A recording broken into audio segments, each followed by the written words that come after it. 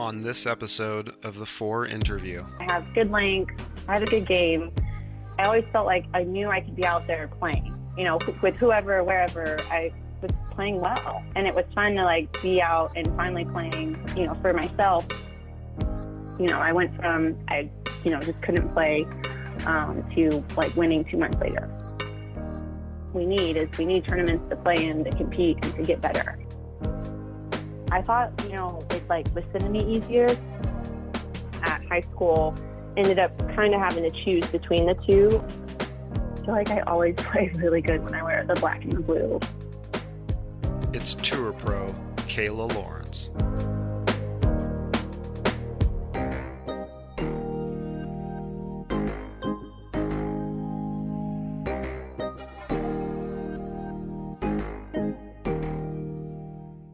Who is Kayla Lawrence, and give us some insight to you as a person and a player.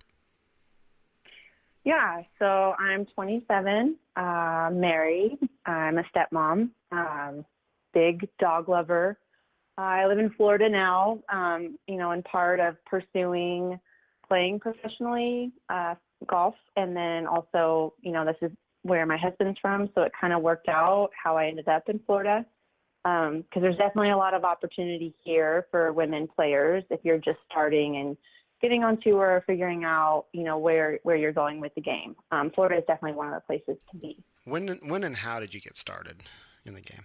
Yeah, so my stepdad has always been a big golfer. And the very first time I hit a golf ball, we were at a water range. So, where you're actually hitting golf balls into the water. And I thought that was such a cool concept until I learned after, that you don't ever really want to do that in the real game of golf. But it was something that kind of came natural in the beginning when I was a kid, and I loved to play. I played growing up, in all kinds of junior stuff, and then kind of just played my way through high school and into college. And so I've been playing now about 20 years, I guess, since I started when I was 7. So it's been a great, great sport. Dad hitting the balls in the water. That's an interesting way to start. Yeah. I've just done that once, I think, on a golf trip somewhere in Florida. We were hitting balls. The only time I've ever hit them into the water and watch them float. I'm like, okay. Right. Yeah, that's what I was like, this is kind of cool. And then, you learn later that that's the worst thing you can do in golf is you don't want to hit it in the water. Yeah, hit it away from it. What other sports did you play growing up? Yeah, so I played golf, and then, I played a little bit of volleyball, softball. Probably the other sport that I was really big into, and we did as a family, was I raced motocross. So I actually kind of, at high school, ended up kind of having to choose between the two. There's lots of injuries with dirt bikes and racing, and, by the time I was a freshman in high school, I decided that I didn't want to, that I wanted to stay and pursue golf versus that, because the two just weren't going to, mesh anymore, where I could do both sports or be competitive in one and not the other. It wasn't going to work. I don't think you're going to be falling from 30 feet in the air playing golf, right? Unless you fell out of a tree chasing your golf ball. Where's my golf ball up there? Yeah. Whoops, I fell. Yeah. So I think I see a challenge maybe with Ricky Fowler in the future, right? I know, right? That's what I've seen his stuff. I'm like, we'll see if that guy can really ride or not. Well, that's quite a bit. So you played a lot of stuff, and then you took it to the dirt. So actually, I guess maybe there's a relation, because you're out there in the dirt, then you get on the driving range, you got to dig your ball out of the dirt. So yeah, there you go, wonderful. Kind of. So you did all that stuff as a kid and rocked and rolled, and then you make your way into golf or into college. And so let's talk a little bit about that. So you went, let me think, went, your first year was at Sac City Community College, and then you transferred from there to Tulsa on a full ride, right? So tell us a little bit about what both of those experiences were like for you. Yeah, so I went to a small town high school. Sacramento City College was, maybe 45 minutes away. And just, I was good enough to play. I had been recruited by a few colleges, but not anywhere that I really wanted to go. We kind of didn't know anything about the recruiting process. out of high school. So I started at the community college, and it was great. I loved it. Me and one of my high school teammates went there. You know, it was great to compete there and kind of get in figure out your way into college, I guess. I know everyone's a freshman at some point, but starting at a community college was just a little bit easier. And then I was also home to kind of figure things out. So I played there I was there for 1.5 years. I played 2 seasons there, and then I was recruited. I was recruited by LSU and Tulsa, I think, were the 2 main schools I was looking at going. And I thought I was, going to end up at LSU. That was my dream school. And I went on a visit to Tulsa, and I loved it. I fell in love, really had no idea about Tulsa until I had been there for a recruiting trip. So I chose Tulsa, ended up there, and played the rest of my college career there and got my degree. What was your favorite part about playing at Tulsa? Tulsa itself as a city has a lot of golf in it. I mean, Southern Hills is there. There's all kinds of courses. The Patriot Club golf course was our home course and where we got to play and practice, which I absolutely loved. It's a great, great course. And, I guess the really cool thing about playing at a D1 level or even at D2 and D3, I'm assuming, but you get to travel and compete. And I think that was one of, my favorite things that I got to do experiencing, college athletics is traveling and competing. And then, having your teammates there with you, those are relationships that you can't ever replicate or get somewhere else. So you traveled all over. What was one of the, I don't know, what was your favorite city that you guys traveled to as a team? Actually, I would say it was Vail, Colorado. I forget the name of the course, but we got to stay in that little downtown area of Vail. Oh, yeah. It's gorgeous. I mean, whatever that course was there, it was beautiful. Vail was beautiful. It was kind of interesting, too. Our flights got messed up, and we had to stay all together in, this big house one of the nights, and then we all moved. And, I mean, there's so many, different things you remember from traveling, the good and the bad, and Sure. that trip was just a lot of good and, funny good. Yeah. So yeah, it was a good tournament too. Yeah, Vail's a beautiful spot. It's I always tell people, I've been there a few times. It's one of those cities that if you were from Switzerland or in somewhere in the Alps, and you flew in at night and had woke up in the morning and went outside, you'd still think hey, we left Switzerland, right? Yeah. I'm not. Hold on a second. So. Yeah, what a great place, and sounds like you had a great time, especially hunkered down with everybody at one time. So, good times, good times. No, it was. So you go from playing there, right? You're this, consistent, or continuing overachiever, right? You go from playing there, and you go on, and that's not good enough for you, right? So you go out and you get your MBA, and you go to University of Texas, El Paso, UTEP, right? But not only were you just playing there, you also coach there too. Right, so you exactly, yeah. Coach, yeah. So let me ask you this: what was the most challenging part of coaching a team? You're not playing anymore, right? Now it's right. coaching time, right? So now what was the most challenging part of coaching the team at UTEP? Well, first, just kind of coming in and learning the dynamics, right? So I made the decision. I knew I wanted to play professionally, but I needed some more time to kind of work things out. And this opportunity came up where I can coach and get my graduate degree. I love the coach there, Jerry, who's still there coaching. He's been there 20 plus years as the head coach. And he coached Trina Pillar, Nice. So he was good. Everything seemed, it was great. But I think the most challenging, and just, learning the environment, El Paso's, right there on the border. I didn't know Spanish. I wish I knew Spanish. It was just kind of a different culture. And then I would say as far as coaching the girls, I thought, they'd listen to me easier since I'm just out of college. I mean, and they did, I guess they did, but I just thought they'd listen to me easier. Yeah. And they actually no, maybe you don't know what you're talking about sometimes. So, Yeah. I Yeah. underestimated that for sure. You think that the folks that listen to you goes like, hey, I was right here in the trenches with you, and yeah, right away like, nah, Yeah. you know what you're talking about. Oh, okay. Yeah. All right. See No, you later. you don't know. Yeah. So that's a good one. That gives me another question here. So were there things that the players that you were coaching, were there things they did that just absolutely drove you bonkers nuts or whatever you want to call it, that you in fact did yourself when you were a player? Um, yeah. So,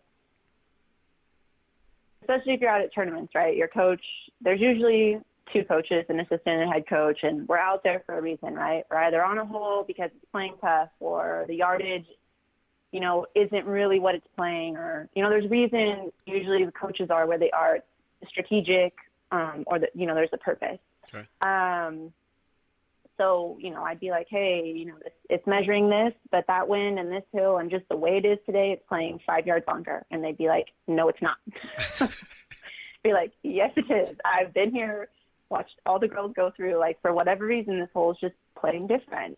So yeah, and I would be the same way, right? And then you can't blame the player. Like, you, even playing today, like if I'm talking with my caddy, I have to go with what I think is best because I am the one that has to commit to it. So I totally got both sides, but I could see now, like, why it would drive the coaches crazy when, like, they just don't listen to what you're saying, even though you've seen the whole played now maybe by 4 or 5 groups. So yeah, I've been on both sides, so I could get it, but it drove me crazy. And I was like, wow, now I understand why our coaches would, be a little bit crazy. When you're kind of in the moment, I guess, you're sitting there and you're trying to feel it, and whether how far you've been hitting a club each, there's just a moment where you're like, is it 5 more?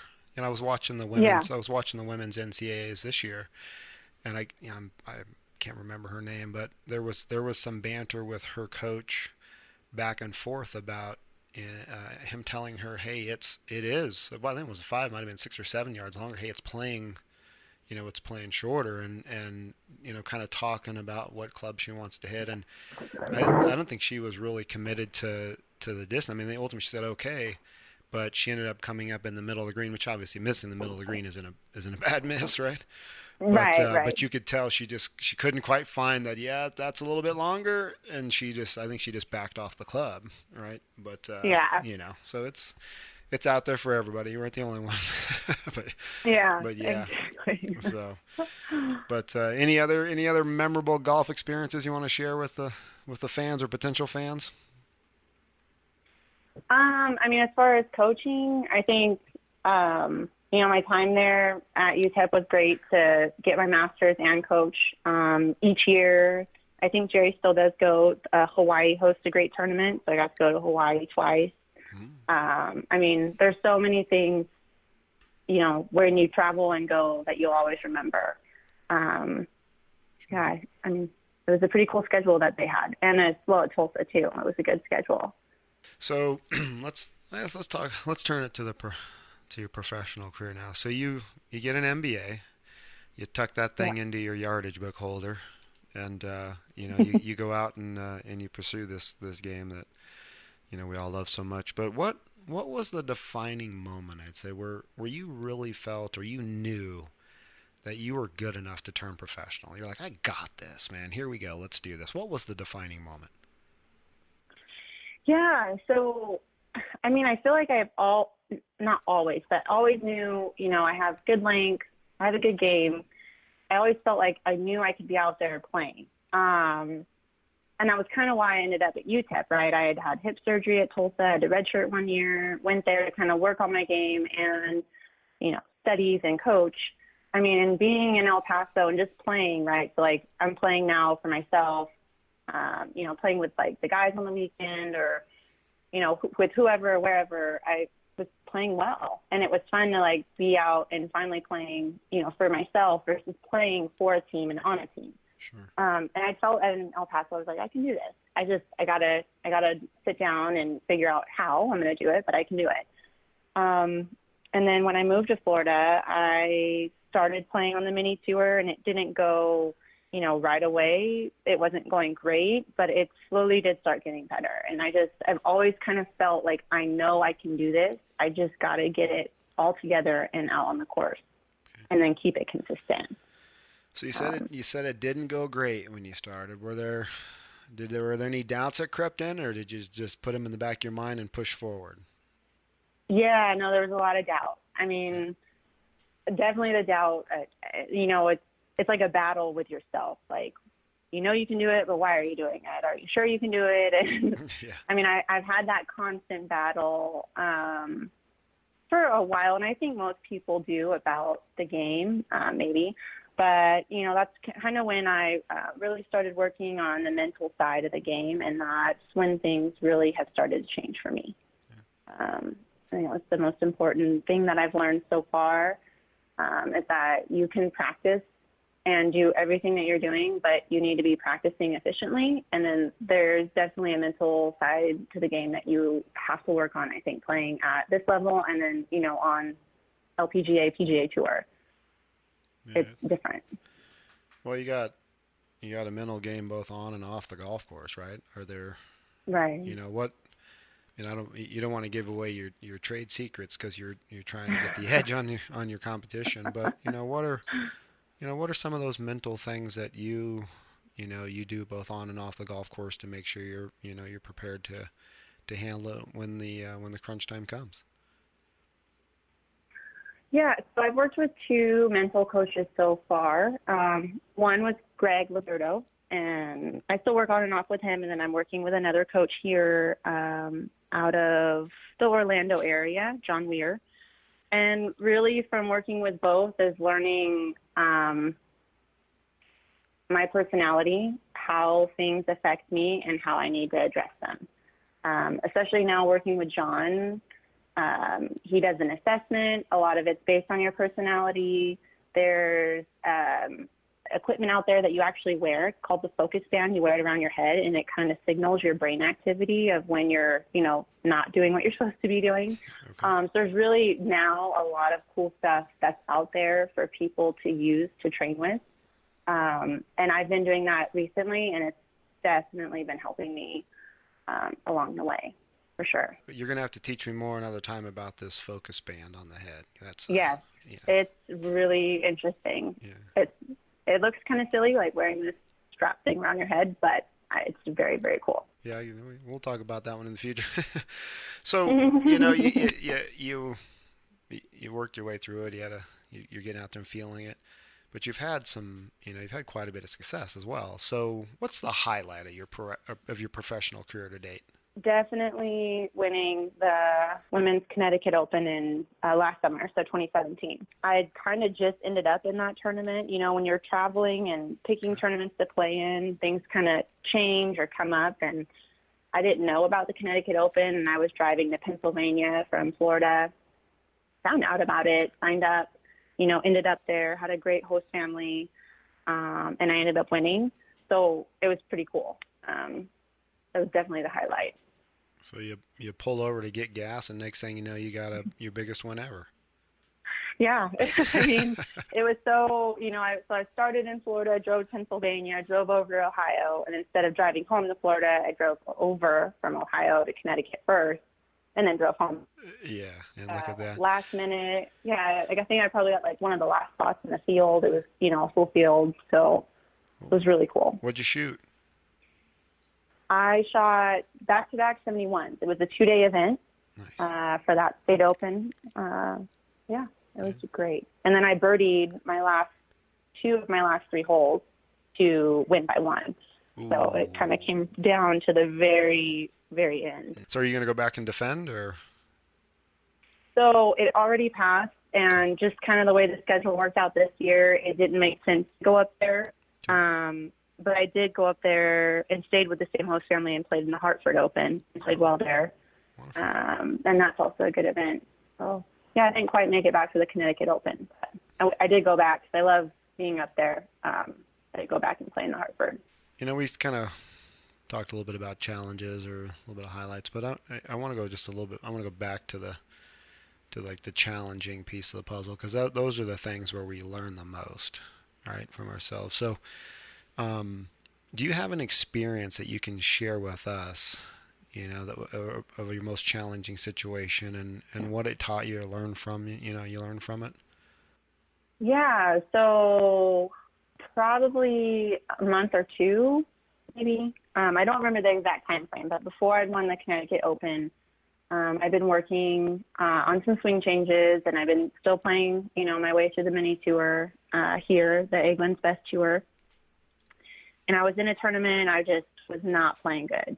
I played the first day, didn't play well, went out the next day, started okay. I'm like halfway through the round, hitting a ball OB left, OB right. And, there was a point, and I didn't plan on it at all, but I picked up my golf ball and I told my group, I was like, I can't do this today. I'm sorry. I have to go. Like, I just can't. And I walked off and withdrew. And I mean, that was awful. Like, I never want to not finish a tournament or a round because of that reason. But in doing that and then working through that and then 2 months later winning the Connecticut Open was huge. So, sometimes things aren't always apparent right away, but then you kind of learn from it and get better. And I think that was a big change for me was, I went from walking off the course because of I just couldn't play to like winning 2 months later. And a lot of that had to do with just addressing a few like mental things too. Well, I think I don't think if you're a golfer who's played any sort of event, I'm pretty sure I don't know anybody who hasn't wanted to pick up their ball and run. I've done. I've had a few of those where I putted around the hole, didn't go in. I was like, back and forth. Next thing you know, all right, I'm out of here.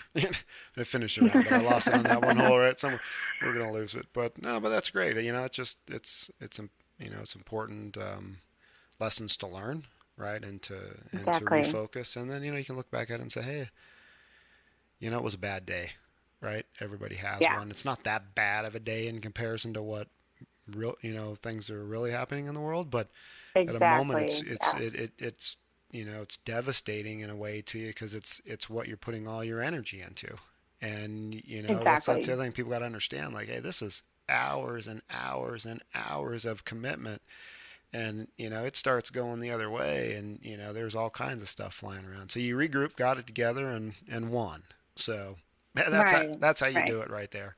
So you mentioned the Eglin's Best Tour. That's where you're playing now, right? Is that your current main tour you play on? Yeah. So there are a couple tours, but this tour is pretty much based out of Orlando area in Florida. So for me, living in Florida, it makes it really easy to have a tour that's here to play on. They do travel a little bit out of the state, and as they're actually growing, because we do have a new sponsor now, the Eglin's Best. We might travel a little bit more, but it's really nice to have this tour because it's here and you can play on it regardless of your status or kind of where you are on your pursuit to the LPGA. And that's what, we need tournaments to play in, to compete and to get better. And that's really what this tour is. It's a developmental tour, and it's been great to have and for me to be so close to it. Yeah, but isn't it one of like the longest lasting ones that have been out there too for women? Yeah, we're getting ready to go into the 14th season. Okay. I've been playing on it now. I just finished technically my second year of playing professionally, so this will be like my second season, full season playing with them coming up. And I'll definitely be playing in some. But yeah, it's a good tour, and with a new sponsor, because it was called NWGA. A lot of people still know it from that. Okay. With the name change to the Eglin's Best, they're a sponsor that has guaranteed the sponsorship for 5 years. Wonderful. So I think there's a lot of good things that are going to come from it for women in this area, or for women who are, maybe graduating from college and want to play and don't know where to start. This is a good place to be to start. You've had some big players have gone through and won there, right? I mean, from Paula Creamer to Brooke Henderson, Stacey Lewis. I mean, there's a number that have played on that. So yeah, at some point, a lot of the players that are on the LPGA or were have been here to play because it's good for your game to either tune it up or play and work your way up. It's a good tour for that. Well, I know you're a road warrior driving from event to event, but from time to time you get on the plane and usually the captain says something like we know you've got your choice of airlines. Thank you for choosing us. Well, folks, you've got your choice of eggs when you go to the store. So, choose Yeah, choose Eggland's best because, use England's you best. know, they're good eggs. I bought them by the way, but Yeah, they're supporting women's golf, and it's an important thing to happen, and we're glad it's happening. And thanks to Eggland's Best for sponsoring the tour, especially more yes, even that a long absolutely. term commitment to the tour, right? They just didn't Yeah, step in; they exactly. committed for a long term. So that's wonderful to hear, and Right. especially as it grows, right? We got Eggland's Best right here in my store in Superior, Colorado. So hopefully they'll have reason to put an event out here, right? I know. Hey, we'll have to Wonderful. figure out a way to do that. There you go. So you're traveling around, you're winning golf tournaments, you're doing all that you can, and you've got some partners now in the game helping you along the way. You're working with Encore Golf, right? Bar Grade Clothing, and I think Motivate Performance on the nutrition side. So let's talk a little bit about Encore Golf. Tell us a little bit about that ball and why it's perfect for your game. Yeah. So, from playing, all my life pretty much, I've tried all the golf balls.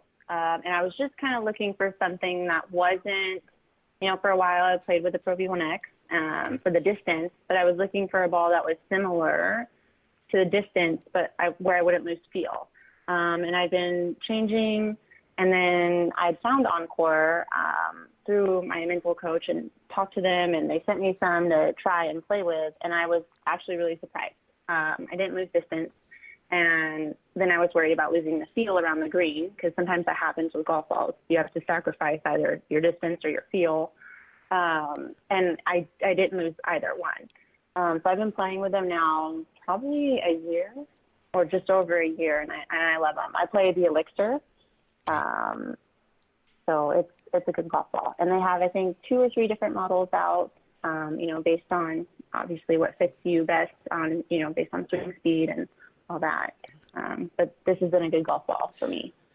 Yeah. So their commercials are out now. I mean, I've seen their advertisements on the Golf Channel and some other places. And one of the things they touted in the commercial was the ball being good in the wind. I mean, Yeah, I've noticed that too, especially, okay. traveling around and playing in different climates and places and all the things that can happen. It's been good for that. Sometimes you have to knock it down or try to keep it under, and the spin has been really good on it. Well, I got a little insight on this one too because Kayla came out here to Denver last year and beat me handily. But she was nice enough, even though I lost and I had to pay off the bet. She was nice enough to hand me three of those Encore golf balls. And I got to tell you, I don't think I've played a ball, Kayla, that lasts as long as that ball does, by the way. It's a very durable golf ball. It's Yeah. just, we can't hit it in the water like Dad apparently taught us to do. Right. Right. Right. But it's the thing I found out it was, durable. And, they talk about Chicago being the windy city. Let me tell you something. Right. It's got nothing on Denver. The winds are Yeah. just insane out here, and it's one place where you can literally hit your golf ball and watch it blow back at you. And Yep. I personally haven't played a better golf ball in the wind than that one. So I mean again I saw it in their commercials, and it was interesting when I saw that particular piece. I was like, hey, that's the thing that I recognize, right? And so I think durability, if people are looking for a good golf ball and a durable golf ball, and more importantly, a competitive golf ball, give these guys a look because it's worked well when I've been able to play it. So the Yeah, the for other sure. thing the other thing, you're I like to tell you you're pretty stylish on the course, right? And I know you're wearing the Bar Gray clothing now, right? And Yes. for Yep. those that don't know of Bar Gray, they make high quality women's athletic apparel, golf apparel, and but it's sometimes it's more than just that, right, Kayla? Isn't it? I mean, you're in all kinds of conditions. You got weather conditions. You've got hot or cold, right? You've got Right. wind. You got whatever's happening, you look through performance and the impact your body has of being out and in those elements. It's a critical piece of the puzzle. So what are the benefits that you get using bar gray clothing versus some of the other things you've used in the past? Yeah, so I would say, Bar Gray, they're really known for, and they only have women's clothing right now, but they fit for women is really good. It's comfortable. There's a lot of women clothing out there that are, I don't know who they're designed by, and I won't say any other names, but it's so uncomfortable to wear. I mean, I think for women, the biggest part of clothing is it needs to be comfortable, and the performance needs to be good too, where it's, it makes sense like why things are the way they are. So their fit is really good. And then what I really like about their shirts is that the collar is like adjustable. So I can have it up, if I'm trying to protect myself from the sun, I can put it down. The fit of the shirt is good. It's like long in the back and the front and then cut on the side. So they really have a lot of detail into the fit so that women are comfortable. And then, the reason for different things, like such as the collar, like there's a reason for that.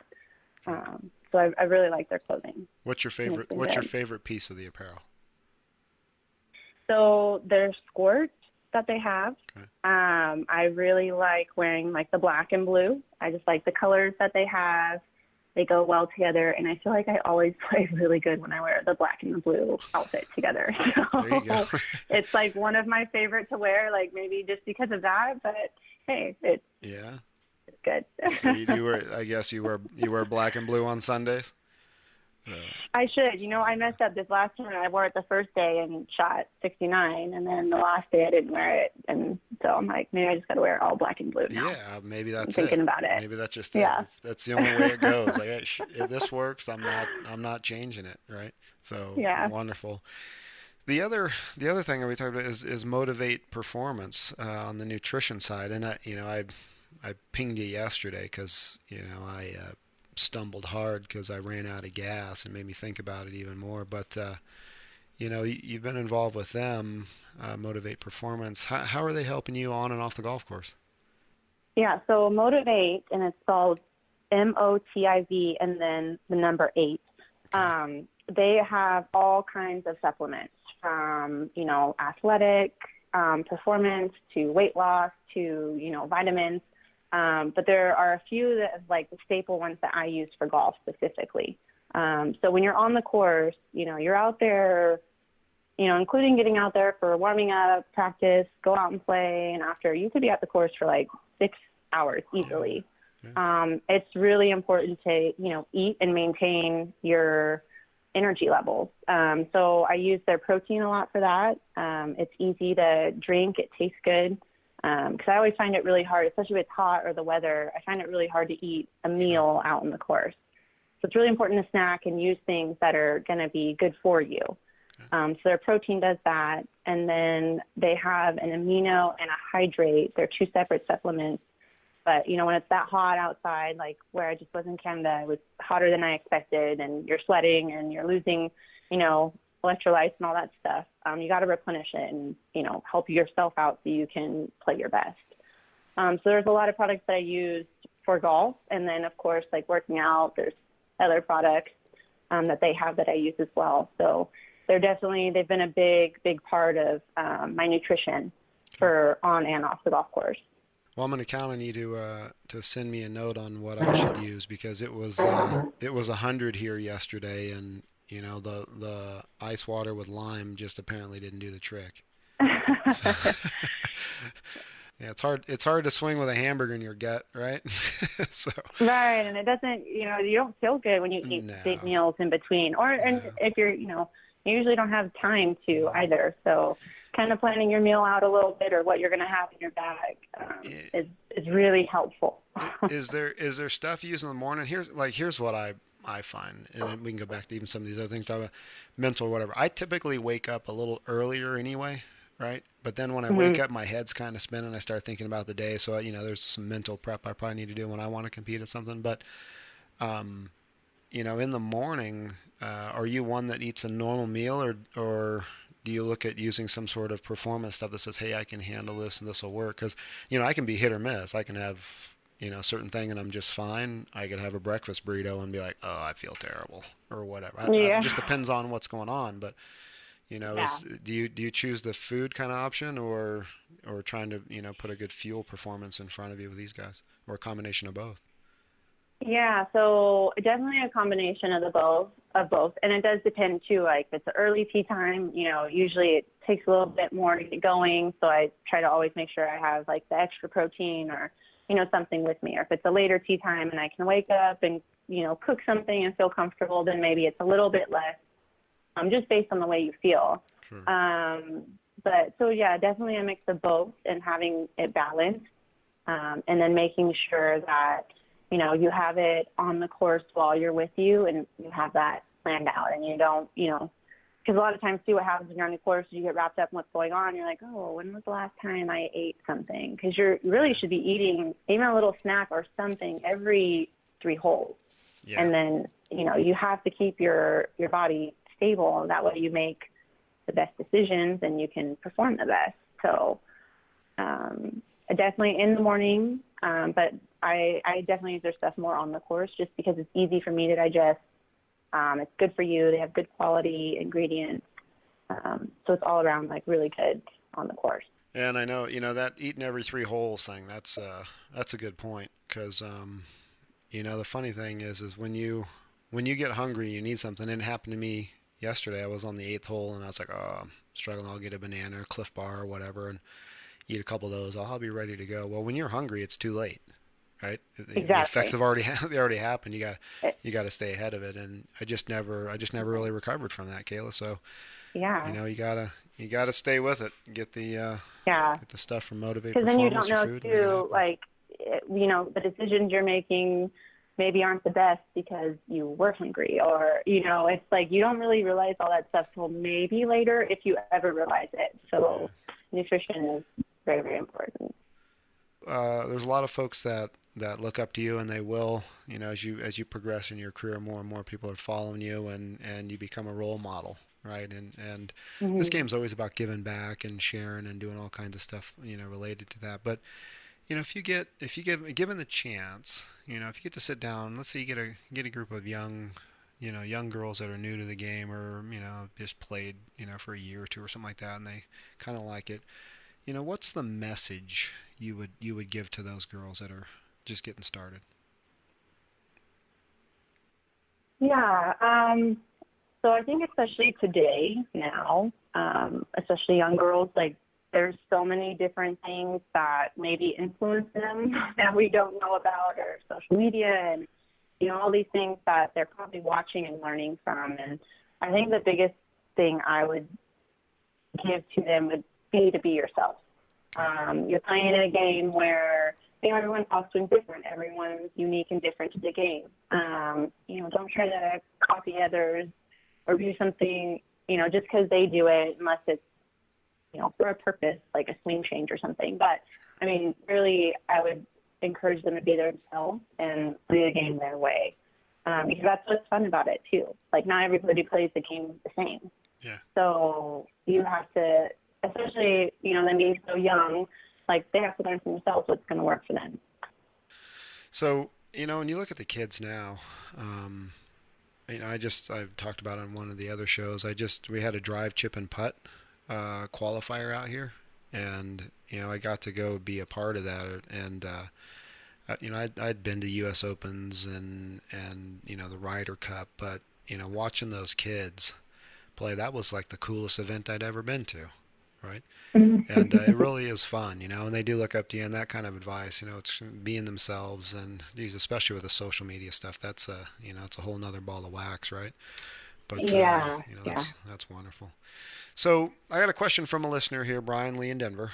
I played with him the other day, and I told him, I said, hey, I'm going to talk to Kayla, and he had a couple questions, and I said, well, send them over to me. And fans, you can do the same. If you got any questions, you know, for Kayla or other guests in the future, you know, feel free to send them to me. You can go onto our homepage at theforeshow.com and submit a question, or you can email me directly to Greg at theforeshow.com.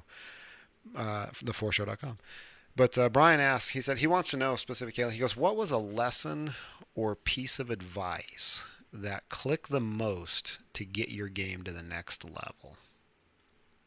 What was it? Yeah. So, this kind of makes me think of like probably when I earned my first paycheck playing. Okay. It was like the first tournament of the year on the Avon Fest tour, and I played well. I had 2 good rounds and 1 bad round in the middle, Okay. and I just really realized like how important it really is to take it shot by shot.